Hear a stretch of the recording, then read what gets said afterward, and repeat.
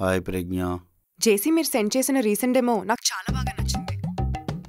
I need an immediate delivery from your side. Public ప్లాట్ఫామ్లోకి release చేయడానికి ఇదే right time అనిపిస్తుంది. Yeah sure Pragna. కమర్షియల్స్ గురించి ఆలోచించకు. Another part payment will be released. నీకది క్రెడిట్ అయిపోతుంది. Okay Pragna, thank you. ఏంటి జేసీ అంత డల్గా ఉన్నావు? ప్రాజెక్ట్ సక్సెస్ అయి మనీ కూడా వస్తుంటే ఎవరో చచ్చినట్టు అలా మాట్లాడతావేంటి? ఏముందిలే ప్రజ్ఞ, ప్రాజెక్టులు అవుతున్నాయి కానీ నాకు పెళ్లి మాత్రం అవ్వట్లేదు. ఏంట్రా నీకు ఈ పెళ్లి మీద ఇంత డెస్పిరేషన్? ఏమని చెప్పమంటావు, వేడెక్కిచ్చే వయసు, అల్లాడిచ్చే యవ్వనం, చెప్పుకుంటూ సిగ్గుచెట్టు, అనుభవిస్తే జంబల్ హార్ట్. ఇలా ఉంది నా పరిస్థితి. ఏంటో నాకేం అర్థం కావట్లేదు నీ ప్రాబ్లం. ప్రజ్ఞ, నిన్నొకటి అడగచ్చా? పెళ్లి ప్రపోజల్ పెడితే చెప్పు తెగిపోతుంది. నాకే అమ్మాయి పరిచయం లేదు ప్రజ్ఞ. అయితే ఇప్పుడు ఏమంటావు? ఎలిఫెంట్తో సర్కస్ చేయమంటావా? క్లయింట్ అన్న కన్సిడరేషన్ కూడా లేదు కదరా నీకు? ఇదేదో 0 సైజులో ఉన్నట్టు నన్ను ఎలిఫెంట్ ఉంటుంది, దొంగమోహంది. యారా రెడ్డి, ఈ సైడ్ దేనికి ఫిట్టింగ్ పెట్టావు? గోల్డ్ చైన్కి రా. అయ్యి బాబోయ్, ఏకంగా గోల్డ్ చైన్కే? ఒకడు సొమ్ము తినాలని రాసుంటే గోల్డ్ ఏంట్రా, ఓల్డ్ అయినా ఓల్డ్ అండ్ సోల్గా బతికేవచ్చు.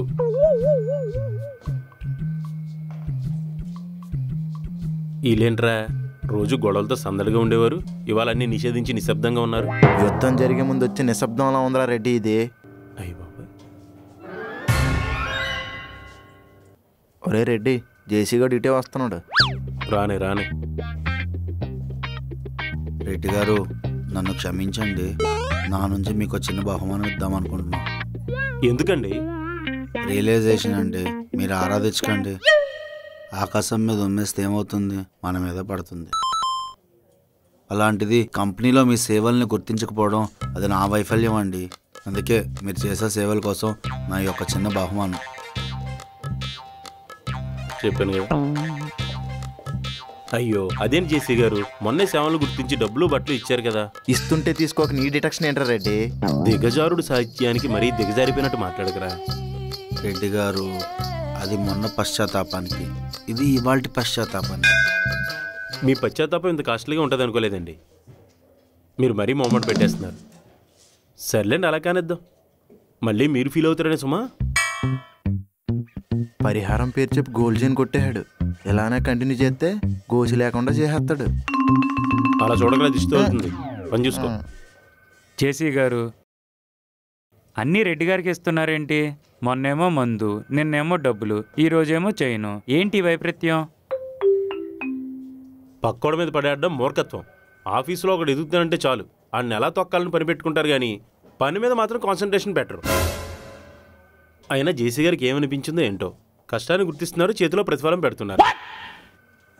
ఇలాంటి వ్యక్తికి వేడాకులు వెంటనే రావాలి. అదే వివాహం వెంటనే కావాలి అంటున్నాడు. మీకు ఈ నెల లోపల పెళ్లి గ్యారంటీ. చూడండి, మీరు నమ్మే బాబా కూడా అదే చెప్తాడు. ఎందుకంటే ఆ బాబా మా రెడ్డిగాడే కాబట్టి. అంటే బాబా లాంటివాడే మా రెడ్డి కూడా అని అంటున్నాడండి. అదే అదే. జేసీ గారు, మీకు కొంచెం కూడా డౌట్ రావట్లేదా? ఈ నెబ్బా కూడా అనుమానం తెప్పించేస్తున్నాడు. ఈ అర్జెంట్గా ఏదో పనులు ఎరికించాలి. అక్షయ్, టెస్టింగ్ రిపోర్ట్స్ ఏమైనా? ఇంకా అవ్వలేదు సార్. ఎందుకు అవుతాయి ఇలా అందరి విషయాల మధ్యలో దూరితే? Concentrate on your work, not on me, stupid. Reddy garu, మీరు కొంచెం కోపంలో ఉన్నారు. మనం మళ్ళీ మాట్లాడదామండి. చైన్ కూడా దారాదత్తం చేశాను. కన్య ఎప్పుడు వస్తుందో, కన్యాదానం ఎప్పుడు అవుతుందో.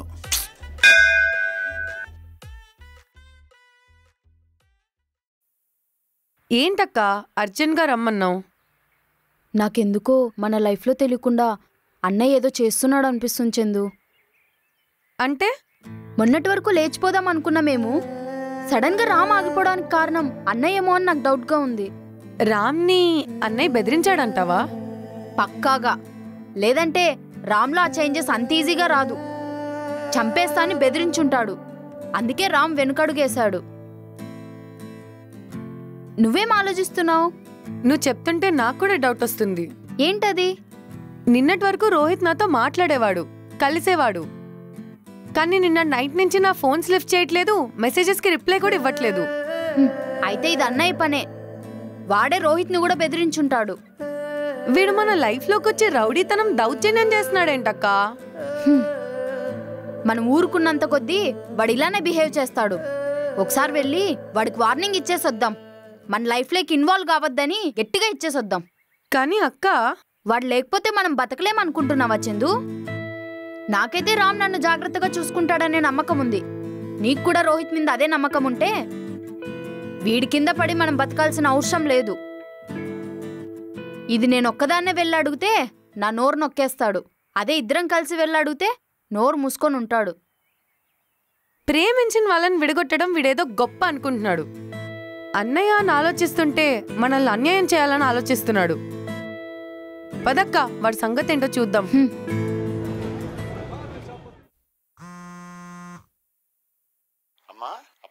లేదు నాన్న, తనింకా రాలేదు.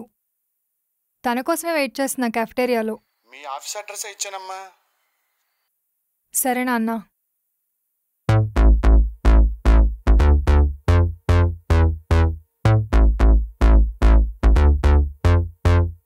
Hi Supriya. Hi. Sorry late అయినందుకు. సారీ? నేనెందుకు సారీ చెప్పాలి? మీరే నాకు సారీ చెప్పాలి. What? Stupid parking lot. Office అంటే ఏదో పెద్దగా ఉంటుంది అనుకున్నా. మా ఆఫీస్లో గిఫ్ట్ ఏరియా అంత ఉంది. Let's SIT down.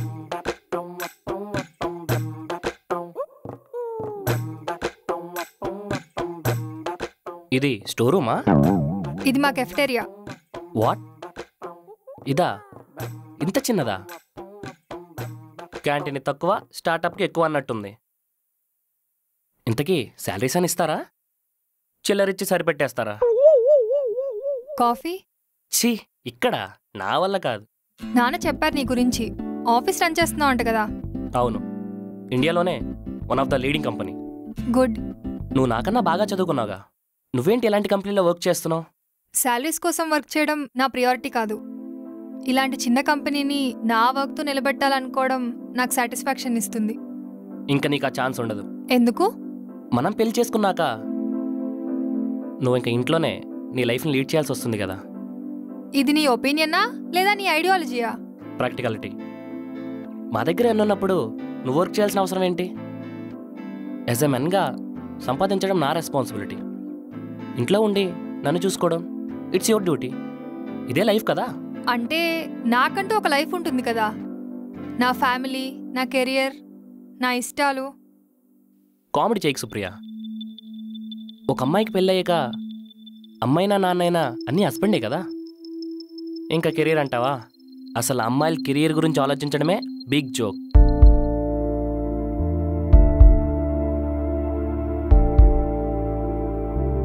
సుప్రియ, అవుడీడు డెలివరీ బాయా? ఆర్డర్ తీసుకున్నాక పంపించాక డిస్కషన్ ఏంటి? Supriya, who is he? నన్ను డెలివరీ బాయ్ అంటున్నాడు. ఓహో, ప్లంబరా? ఇదిగో బాత్రూమ్ షాప్ అక్కడున్నాయి, కొంచెం నీట్గా వర్క్ చేయి. అసలే జేసీ రఫ్గా హ్యాండిల్ చేస్తాడు. Supriya, what is this? Reddy, ఏంటి బాధ? ఇక్కడ మా పెళ్లి చూపులు జరుగుతున్నాయి. కామన్ సెన్స్ ఉండద్దా? పెళ్లి చూపులా? నాకు చెప్పకుండా నీకు పెళ్లి చూపులేంటి? నీకెందుకు చెప్తాను? నువ్వేమవుతావని నాకు. సుప్రియ, ఇంతకీ ఎవడీడు?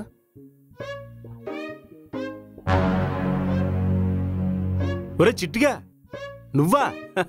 ఎవరు అనుకుంటున్నాను కదరా. రెడ్డిగాడేంటి ఇక్కడ?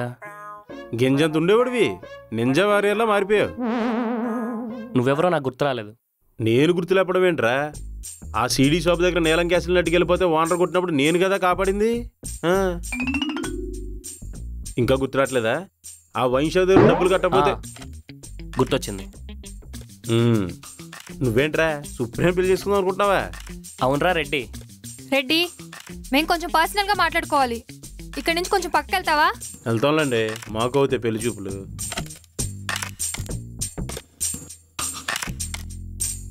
థ్యాంక్స్ సుప్రియ, వాడి నుంచి నన్ను సేవ్ చేసినందుకు. హెడ్ఏక్ తెప్పించేస్తాడు. అయినా వీడికి ఇక్కడ ఎలా జాబ్ వచ్చింది? సో చెప్పు, మనం పెళ్ళి ఎక్కడ చేసుకుందాం? నువ్వు ఒప్పుకోవాలే గానీ మాల్దీవ్స్, సింగపూర్. ఒప్పుకోకపోతే శ్మశానానికి వెళ్తావేంట్రా? Reddy, it's none of your business. కొంచెం నోరు మూసుకొని ఉంటావా? నువ్వు చెప్పు, మనం ఎప్పుడు పెళ్లి చేసుకుందాం? ఈ మంత్ అయినా ఫస్ట్ డే ఆఫ్ మంత్ చేసుకుందాం. డిసెంబర్ పోషన్ చేసుకోనరా, లైఫ్ లాంగ్ గుర్తుండిపోద్ది. రెడ్డి, మమ్మల్ని చూస్తుంటే నీకు కొంచెం కుళ్ళుగా ఉంది కదూ, అందుకే ఇలా మమ్మల్ని డిస్టర్బ్ చేస్తూ ఉన్నావు.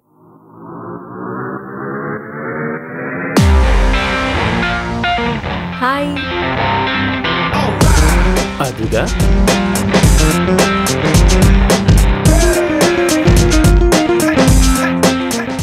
రెడ్డి ఏం చూస్తున్నావు? నేషనల్ జియోగ్రఫీ ఛానల్ లైవ్ లో చూస్తున్నాను.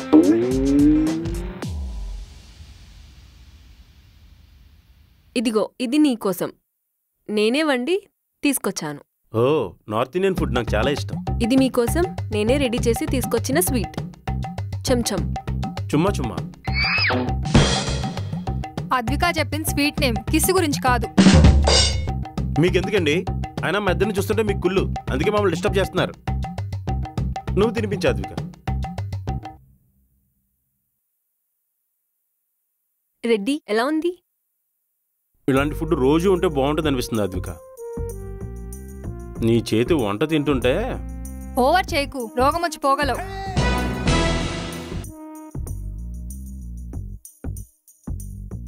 సుప్రియ, జోక్ చేస్తున్నావా? నువ్వు నాతో మాట్లాడితే ఆడికేంటి, ఆడు తనతో మాట్లాడితే నీకేంటి? మనం బయటికెళ్ళి మాట్లాడుకుందాం పదా. సరే పద. ఏ అద్విక, ఏంటిది? కిస్మిస్. Kiss kiss.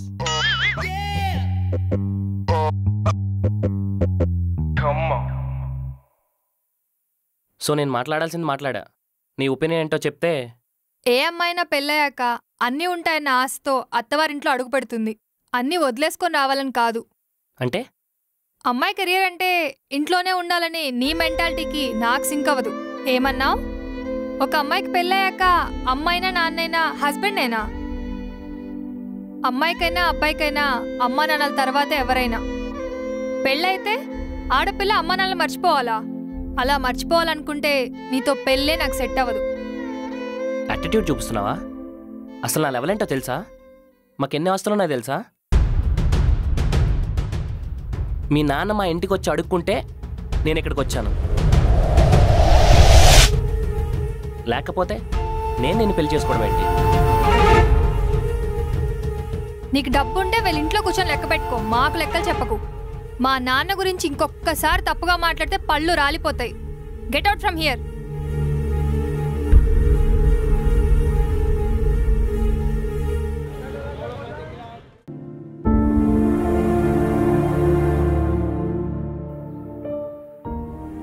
ఏంటమ్మా, అబ్బాయి నచ్చాడా? ఓకే చెప్పంట వాళ్ళకి. నాన్న, నేను ఒకటి అడగనా? ఏంటమ్మా? నీ పెళ్లి చూపుల్లో అమ్మ మీలో ఏం చూసి ఓకే చెప్పింది నాన్న? ఓ సదా, తనకి నా మాటల్లో నేను జీవితకాలం కలిసి ఉంటానని నమ్మిందంట, అందుకే నన్ను ఓకే చెప్పిందంట. ఆ నమ్మకం వీళ్ళు నాకు కలగలేదు నాన్న. వీడికి పెళ్ళామంటే ఏదో చెప్పింది వింటూ ఇంట్లో పడుంటారు అనే ఐడియాలజీలో బతికేస్తున్నాడు. డబ్బుంటే బాగా బతికేస్తావు అనుకోవడంలో తప్పులేదు నాన్న, కానీ డబ్బు విలువతో పాటు బాధ్యత కూడా తెలిసి ఉండాలి. లేదంటే ఆడపిల్ల వాడి దగ్గర ధైర్యంగా బతికేస్తుందని నమ్మకంతో అయినా ఉండాలి. ఇందాక మీరు చెప్పినట్టు అమ్మకు మీ మీద కలిగినట్టు వాడి మీద నమ్మకం కలగలేదు నాన్న. వాడు మంచోడు అనుకున్నాను నాన్న, ఇలాంటి వాడు అనుకోలేదు. సారీ నాన్న. అయ్యో నాన్న, తప్పు మీది కాదు నాన్న. ఆడపిల్లకి వయసు రాగానే పెళ్లి చేసేయాలన్న సిద్ధాంతంది. పెళ్లి పేరుతో నిన్ను ఇబ్బంది పెడుతున్నానమ్మా. అదేం లేదు నాన్న, మీరు నా పెళ్లిని ఒక బాధ్యతలా చూసుంటే నేనేం మాట్లాడలేను. కానీ పెళ్లి నాకు అవసరం అని మీకు అనిపిస్తే నేను ఇష్టపడ్డ అబ్బాయిని మీకు పరిచయం చేస్తాను నాన్న. అది కూడా మీకు ఇష్టమైతేనే. నిజమా తల్లి? నువ్వు సెలెక్ట్ చేసావంటే వాడన్నిట్లో నెంబర్ 1 అయ్యి ఉంటాడు. నీ సెలెక్షన్కి నేను వంక పెడతానమ్మా. నువ్వెవరిని తెచ్చినా నేను ఓకే అంట, ఎందుకంటే నా కూతురి మీద నాకు అంత నమ్మకం ఉంది. తను మా ఆఫీస్లోనే పనిచేస్తాడు నాన్న. మీరు నాతో పాటు ఆఫీస్కి వస్తే మీకు పరిచయం చేస్తాను. మీకు బాగా తెలిసిన వ్యక్తే. నేను అస్సలు కాదన్ను. నేను చెప్తున్నాను కదా నాన్న. అవును, నాకు పరిచయం ఉన్నవాడా? మనూరుడా? అవును నాన్న, మీకు బాగా పరిచయం ఉన్నవాడు. ఓ అయితే ఓకే, వెంటనే కలిసి ముహూర్తాలు పెట్టించేద్దాం, సరేనా?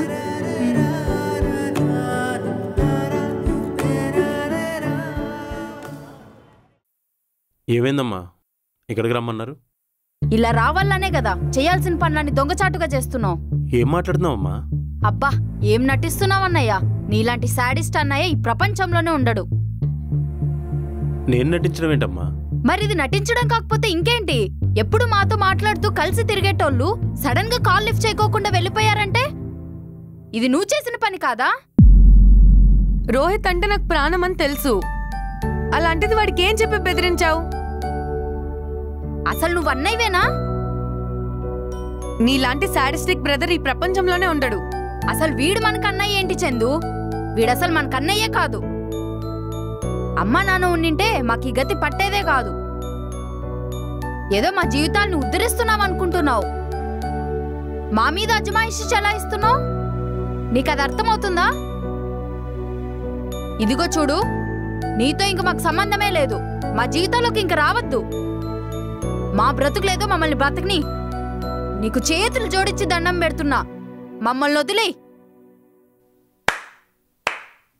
ఎప్పుడూ అన్నయ్య ఎలా ఉండాలో చెప్పే చెల్లెళ్ళే గాని అన్నయ్య ఎలా ఉన్నాడు, ఏం చేస్తున్నాడు అని ఆలోచించే చెల్లెలు కూడా ఉండుంటే బాగుండేదని మిమ్మల్ని చూశాక అనిపిస్తుంది. ఏంటి, మీరు ప్రేమించిన వాళ్ళని మీ అన్నయ్య బెదిరించాడా? మెకానిక్ పని చేసుకునేటోడికి ఆటో నడిపేవాడే చెల్లెల్నివ్వడు. అలాంటిది మీ అన్నయ్య మీ ఇద్దరు పెళ్లి చేస్తా అని మాటిచ్చొచ్చాడు. నువ్వేంటమ్మా, రోహిత్ అంటే ప్రాణమా? వయసులో చిన్నదానివైనా మనసు చెల్లించే మాటలు బాగానే మాట్లాడావమ్మా. నువ్వు ప్రేమించిన వాడు మంచోడా కాదా అని ప్రతిరోజు ఆఫీస్ అయ్యాక వాడు వెనక కుక్కలా ఫాలో అయ్యేవాడు. అసలు వాడు ఎంత బోకేదవో తెలుసా నీకు? అమ్మాయిల్ని మోసం చేస్తాడు, ట్రాప్ చేస్తాడు. ఇది చెప్తే నువ్వు నమ్మవు. అందుకని ఆడికి ఏమైనా పర్లేదని వాళ్ళ నాన్నకు వార్నింగ్ ఇచ్చి వచ్చాడు. అసలు నాకెందుకులే అనుకుంటే ఈరోజు మీ ఇద్దరు బతుకులు రోడ్డు మీద ఉండేవి.